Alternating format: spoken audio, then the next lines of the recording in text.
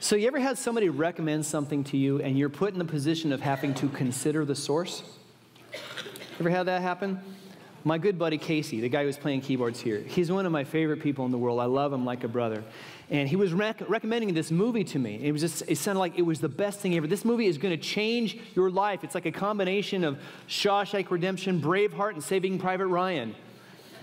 It's called Paul Blart Mall Cop. And I actually went to go see it. Now, we're still friends. You know, but here, the thing is now, from now on, whenever he recommends a movie or anything, pretty much to me, I'm going to be put in a position of trying to consider the source. We apparently have a different criteria for what's good and what's bad. Now, anybody in the room, and don't lie now, because lies make baby Jesus cry, okay? How many of you ever been on a blind date? Come on, own it. Oh, yeah, first service. Apparently they were wildflowers, but you guys are popular. So when someone wants to convince you, okay, I want you to meet this person, go on this blind date with them, they use all this language. They're trying to convince you that you should go ahead and go on this date, right?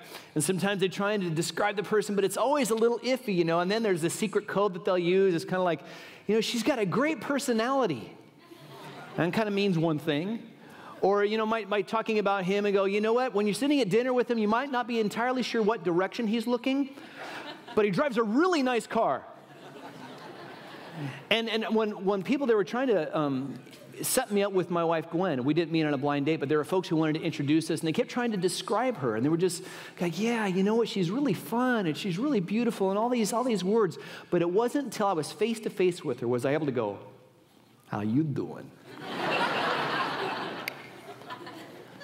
See, the words just didn't do her justice until I met her, my beautiful wife. And sometimes we get in a position of, you know what, the best thing to do is just make the introduction and get out of the way. Because things get lost in translation. Sometimes things get muddled by our opinions of the person who's trying to do the introduction.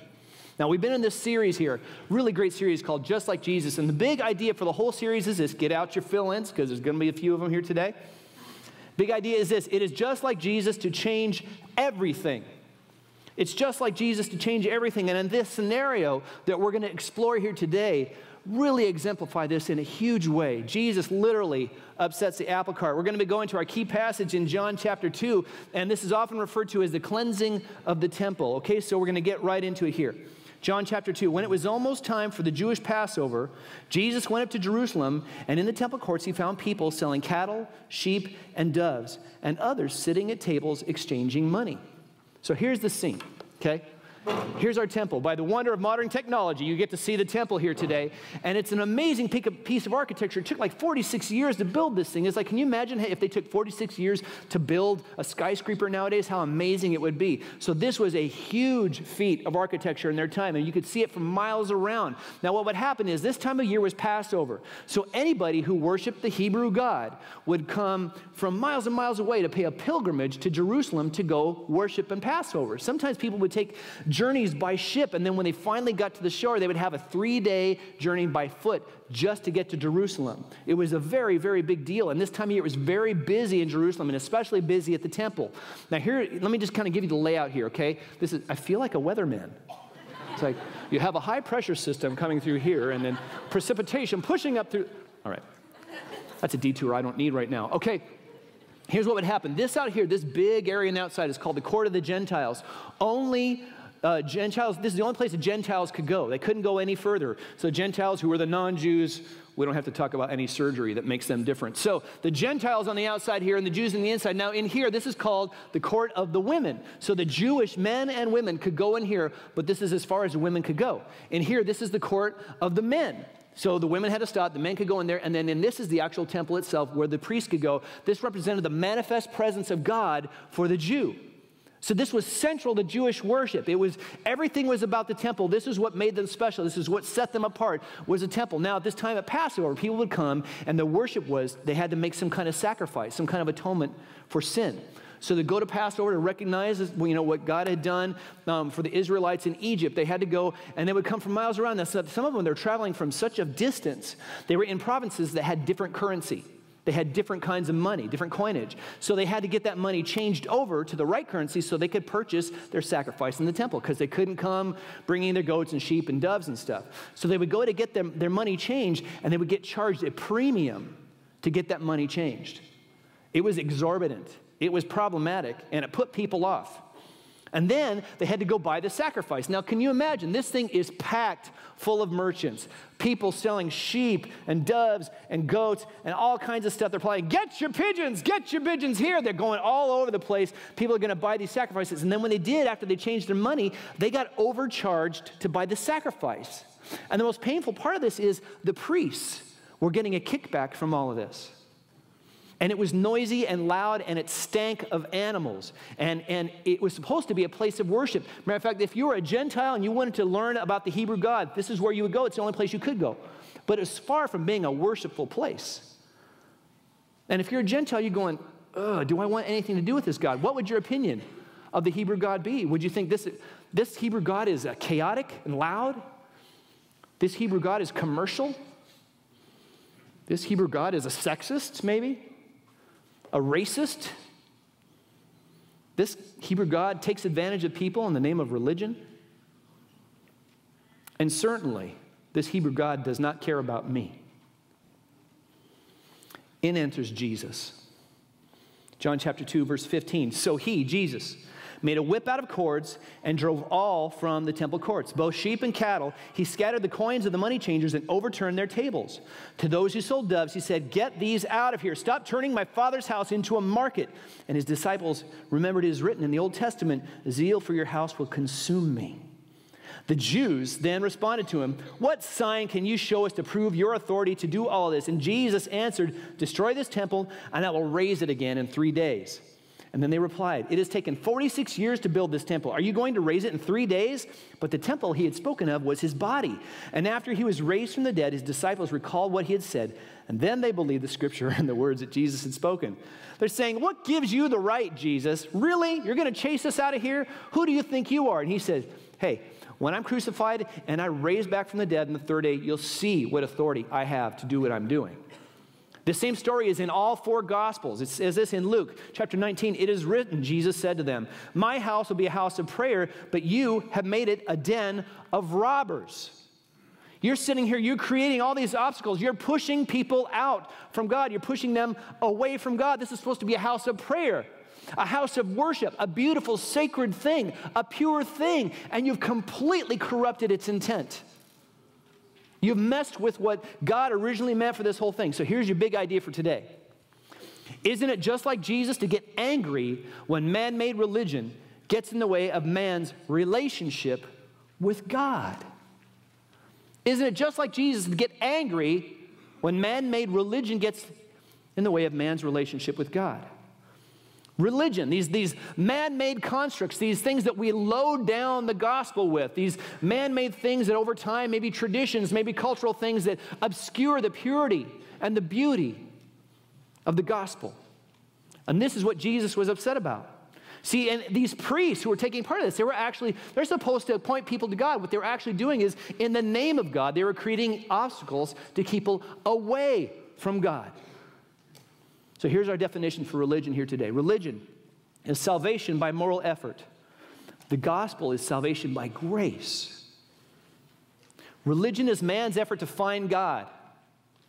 The gospel is God come to find you and I and to do for us what we could never do for ourselves. This religiosity, this thing that creates all these obstacles and all these barriers. Now I'm going to tell you some stories here tonight. I don't want you to think there's any particular group I'm picking on. But, you have like the really, really conservative people in Christianity, and, sometimes they're accused of being the Pharisees and the legalists. And you kind of have the other end of things. You got the liberals, and they think that they've got it right. They point their fingers at the conservatives, and conservatives are pointing their fingers at the liberals and saying, you don't have it right, we've got it right, that whole thing. But here's the deal.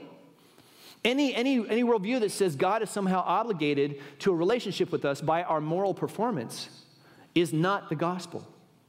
It is not from the God of the Bible. So I'm not picking on any of these things, but I have an experience with one of them myself, because I've certainly got my own baggage, okay? I've got my own issues, like a year's subscription to Time. I was funny just then. I was amazing. I don't think of myself as a funny person. When I was 17 is when I really came to Jesus. It was in a very small, very conservative Baptist church in San Diego.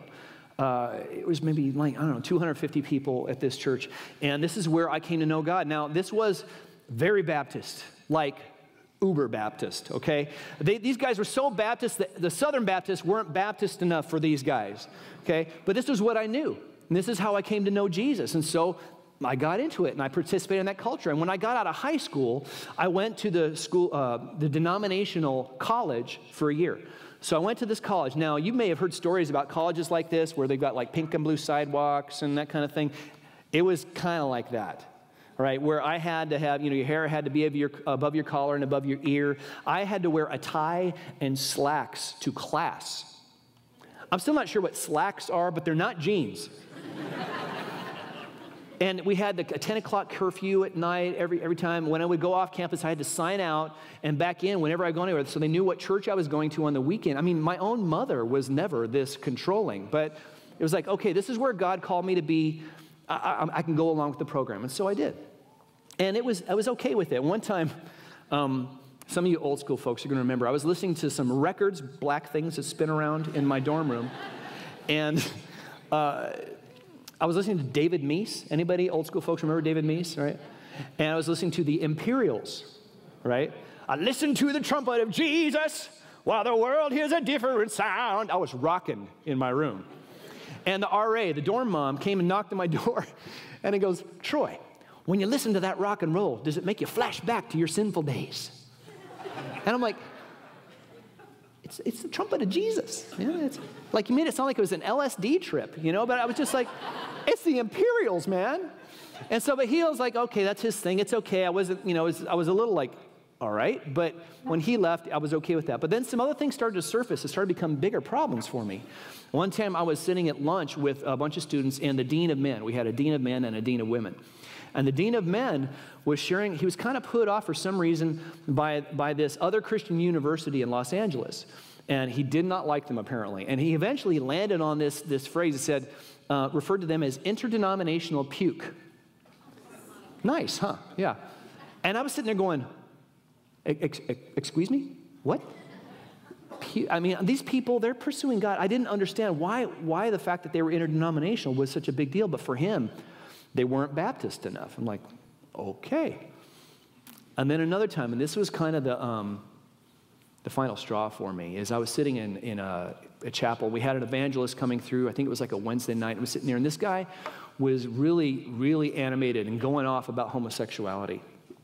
And he hit this phrase, and I'll never forget this. And this is even hard for me to repeat to you right now.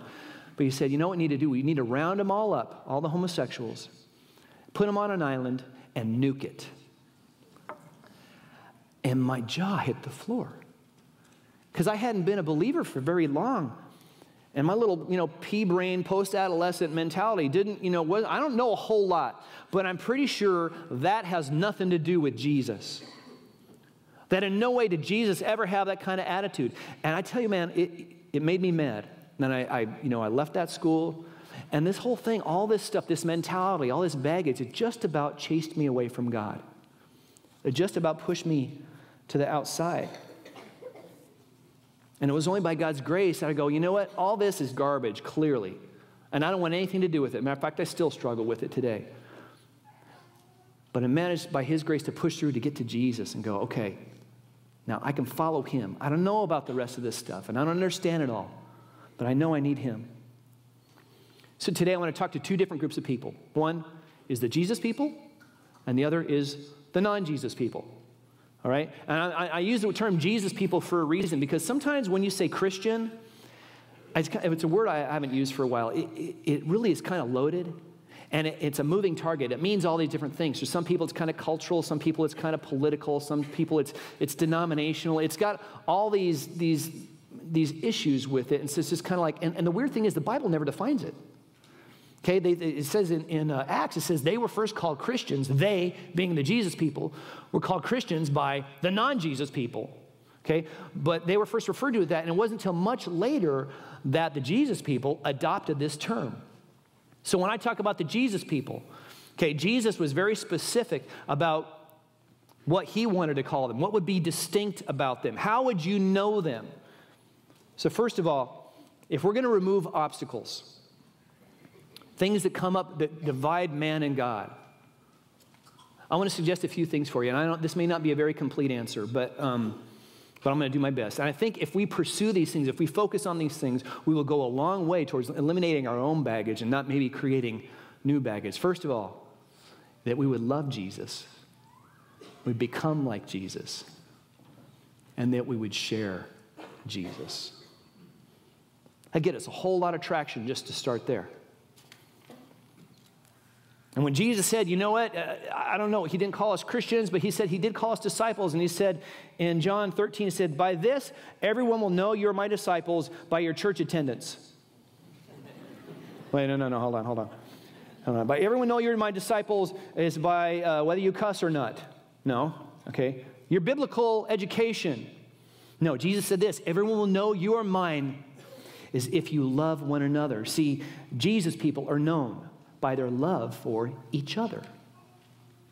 He could have picked any kind of characteristic, any kind of mark of holiness or sanctimonious piety, but he poked, if you love one another, that's what people will look in on and go, oh, that must be a Jesus follower. That's where Jesus started, that we're known by their love for each other. Secondly, Jesus people look like Jesus. Sometimes it's the simplest things, huh? I'm not talking about perfection. I'm not talking about a holier-than-thou attitude. I'm talking about this, that we pursue lives that reflect the one who saved us. Lives that look like we believe what we say we believe. In Matthew chapter 5, Jesus referred to us, the Jesus people, like this. You are the light of the world. Let your light shine before others that they may see your good deeds and glorify your Father in heaven. These lives that look like you believe what you say you believe. You know what happens when you do that? Because you love Jesus, you become more like him. And that character, those values, those heart, that passion bleeds out into us, and you can't miss it from the outside. That's what he's saying is the light of the world. That's what people are going to look on. And that gives us integrity, because integrity gives us credibility with our community. People are going to look on the outside and they can say, you know, I don't know about this Jesus thing, but man, you want to hire those people. They are great employees. I'm not sure I buy this, you know, the authority of the Bible and all that kind of archaic religious thing, but you know what? I sure hope my daughter marries one of them, because they respect women. And when we get credibility with our community, we may just get the opportunity to share Jesus. Because Jesus people introduce people to Jesus. We're trying to get people to him. We're not trying to get people to our church or our denomination or our club. We're trying to get them to Jesus.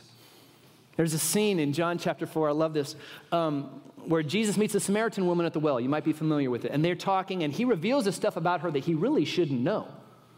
And then he talks about himself, and he says, I am the fulfillment of the Old Testament prophecy. I'm the Messiah. And she's like, really? Wow. And then she runs back to her village, and she goes to tell everyone, and she says this, come see a man who told me everything I ever did. Could this be the Messiah? And the villagers go, aren't you the girl that recommended Paul Blart Mall Cop? She said, yeah, okay, but you got to meet him. And many of them did. They met Jesus, and they became his followers. Sometimes the best thing we can do, just like in the blind date, is introduce people to Jesus and get out of the way. Now, this is a hard one, this next one. And please, if the shoe doesn't fit, don't put it on. But I think this is a major obstacle that we, as Jesus people, Christ followers, as maybe a cultural Christian community, this is a major obstacle that gets thrown up to people who are outside of the faith. Don't expect non-Jesus people to act as if they are Jesus people. Don't expect people to behave as if they've accepted a standard that they never bought into. And when we measure it against them and they feel judged by that, they resent that. And that is an enormous obstacle for them getting to Jesus. We get all wound up about it. It's like, the government is corrupt and the culture is going to pot and the schools are a problem and my kids, and we want to sequester ourselves off. And here's the thing. Instead of being so concerned that the dark is as dark as it is, we need to be more concerned that the light isn't as bright as it could be. Here's a situation the Apostle Paul is writing to the Corinthian church in 1 Corinthians chapter 5. And it's an interesting scenario. See, the Corinthian church, it wasn't like this. It wasn't like this enormous thing. There's probably 50, 60, 70 of them in this church. There's like maybe just a portion of this section of people right here. And that was the whole Corinthian church. And they knew each other well. They were all up in each other's grill, all right? They knew each other's business. They were very clear. And Paul wrote to them, there was all these problems in the Corinthian church, all this division and weirdness. And they had this situation where a man was sleeping with his mother-in-law, okay? A situation of sexual immorality that even the outsiders, the people who were comfortable with like shrine prostitutes and open marriages, they were looking in at these people and going, ew, dude, nobody does that, right? They were put off. They thought that was disgusting, and the people who were within the church, in the Corinthian church, weren't dealing with it. And it's in that context that Paul writes this. What business is it of mine to judge those outside the church? Are you not to judge those inside the church? And you say, Paul, doesn't the Bible say we're not supposed to judge people? And Paul says, yeah, I'm writing the Bible, and this is what I'm telling you. It doesn't make sense to expect these people to act by a standard that they never bought into, but it is okay to expect the people who say they bought into the standard to act as if they do.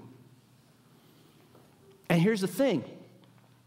Jesus is the great equalizer. He's the one who pulls everybody in. He's the one who says, you know what? There is none righteous, no, not one. For all have sinned and fallen short of the glory of God. And for those of us who are inside of faith, we've got no room to look down our noses at people who are outside of the faith with some kind of sense of piety, some kind of self-righteousness, and look on them as if they're inferior. That is not the heart of Christ. Jesus met people where they're at. They loved him because he accepted them. He called them on their stuff. He was clear. But they felt loved. They felt known by him. And some of us use the scripture in Peter where it says, always be prepared to give an answer for the hope that is within you. But they leave off the latter part of the verse which says, but do this with gentleness and respect. That we come to people as Christ followers with a listening ear, with humility, with kindness, with gentleness. And not with an expectation that they're going to act like they belong in the club. Jesus was very clear. Now, I'm going to talk to the non-Jesus people here for a minute, okay? The agnostic, irreligious, unchurched, whatever the PC term is now. I don't know what it is. But if you're here today and you're going, amen. You're hearing all these things, you go, yep, that's a problem for me. That's a problem for me. I've hated that. I don't even want to be here today. Man, I'm with you. I want you to understand this. Sometimes well-meaning people get in the way. It was my experience, those people that I had big problems with a lot of their church culture, but I tell you what, at the end of the day, they got me to Jesus, and I will always be grateful for that. And sometimes overzealous people, and they're on a journey too, and they're learning and growing all the time. And they're getting a greater understanding of the beauty and the purity of the gospel of grace. And to understand that everyone's on a journey with that. But because of some of that, there have been a lot of obstacles been thrown up in your way. And throughout our culture, there's all these different caricatures, caricatures of Jesus. Maybe you're familiar with this one. The Jesus is my homeboy, Jesus. The Jesus is just all right with me. The bobblehead at Urban Outfitters Jesus. Maybe that's the Jesus that you know. And yet the scripture refers to him as the King of Kings and the Lord of Lords. Maybe you know political Jesus. The Jesus that, either side of the aisle is trying to make their poster child. Yet in his own time, when the conservatives, the Pharisees, or the liberals, the Sadducees, or the Tea Party of the Zealots, or the military fascist regime. When anybody tried to bait Jesus into aligning himself with one of them, he would have nothing to do with it. Maybe you know prosperity Jesus. You know, the Jesus that's on TV or the radio and says, hey, send in your money to our radio station and you will get a Mercedes-Benz. And yet Jesus said the Son of Man has no place to rest his head. And he was buried in a borrowed tomb. Maybe you know condemnation Jesus. The Jesus who shamefully pickets a young man's funeral who dies of AIDS. And yet, when the woman who is caught in adultery was brought to him, and they were going to stone her, they were going to kill her, according to Old Testament law, and Jesus said, he who is without sin cast the first stone. And one by one, they walked away. And he goes, the woman, where are your accusers? And she said, they're all gone. He said, neither do I condemn you. Go and leave your life of sin. Maybe you know consultant Jesus. The Jesus who has some handy tips for living. You know, Jesus who's out, you know what, he's got some good ideas there I could apply in my business. Or maybe some ethical practices I might consider. Jesus is full of great suggestions. And yet Jesus himself said this, he who hears these words of mine and puts them into practice is a wise man who built his house upon the rock. But he who hears these words of mine and does not put them into practice is a fool who built his house on the sand. And probably the biggest caricature we have in our culture right now is the good teacher, the prophet Jesus, the one more road that leads to God Jesus. And I want to tell you this, that may be the scariest one of them all. See, to put Jesus alongside Confucius, or put him alongside Muhammad, or put him alongside Krishna, on any one of these great prophets. See, all these guys were prophets to come tell you about how to live in order to get to God. And Jesus is God in the flesh, come to tell you that he reached down to find you, reached down to find me. And by definition, all these roads can't lead to God. You know why? Because Jesus claimed to be God.